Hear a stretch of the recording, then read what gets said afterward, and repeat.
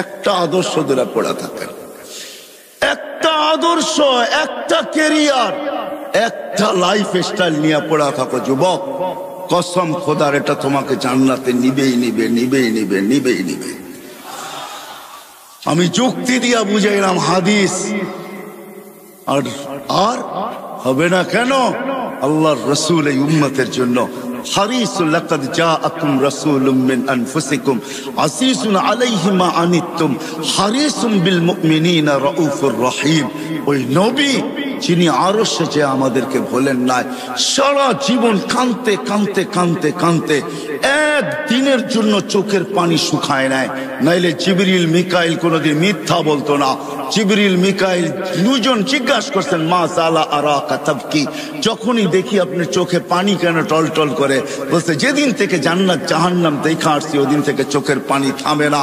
যে সারা জীবন চোখের পানি ঝরাইছেন, মৃত্যু লগ্নে যখন চাইতেছেন তখনও চোখের পানি ঝরতে ছিল।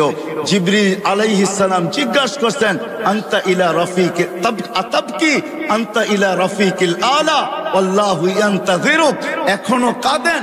আল্লাহ আপনার অপেক্ষায় অপেক্ষমান। উপর জগতে খুশির বন্যা চলতেছে, এখন বন্ধু বন্ধুর সাথে আইসা মিলবে, এই জন্য সমগ্র জগতে খুশির হুল্লোড় চলতেছে। আর আপনার চোখে পানি কেন? আপনি তো এখন আল্লাহর সান্নিধ্যে যাবেন, আপনার জন্য ঊর্ধ্ব জগতে খুশির বন্যা বইতেছে। সমগ্র জগৎকে সাজানো হয়েছে আজকে বন্ধু বন্ধুর সাথে চিরদিনের জন্য সাক্ষাৎ করাবে। আপনার চোখে পানি কেন? বলছে জিবরিল, ফামান লিবাদিলি উম্মতি, এক প্রশ্ন এখনো বাকি, আমার পরে উম্মতকে দেখা রাখবে কে?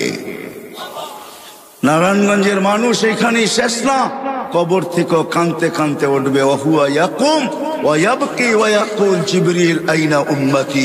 উঠবে আর কাঁদবে আর বলবে, আমার উম্মত কোথায়, আমার উম্মত কেন রিসিপশনে আসে না? যখন মাকামে মাহমুদে নিয়ে যাওয়ার জন্য উঠানো হবে, মাকামে মাহমুদে যায় হাত রাইখা বলবে বসবো না। আল্লাহ বলবেন, কেন বসবেন না? বলে, আমার উম্মতকে, পিপাসিত উম্মতকে আমি বসলে পানি পান করাবে তো কে করাবে? আমি তো দুনিয়াতে বইলা আসছি মাওঈদুকুমুল হাউজ, উম্মতকে কানে কানে বইলা আসছি সাক্ষাৎ হাউজে কাউসারে সর্বপ্রথম হবে, আমি নিজের হাতে তোমাদেরকে পান করাবো।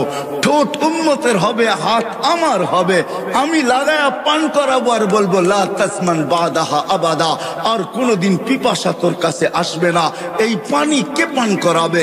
তারপরে পুলসেরাতে মিজানে দৌড়াবো, পাল্লা যদি সামনে না ঝোঁকে তো এখানে দাঁড়াই হাত উঠাবো আর চিৎকার দিয়া বলবো, আমা কুলতালি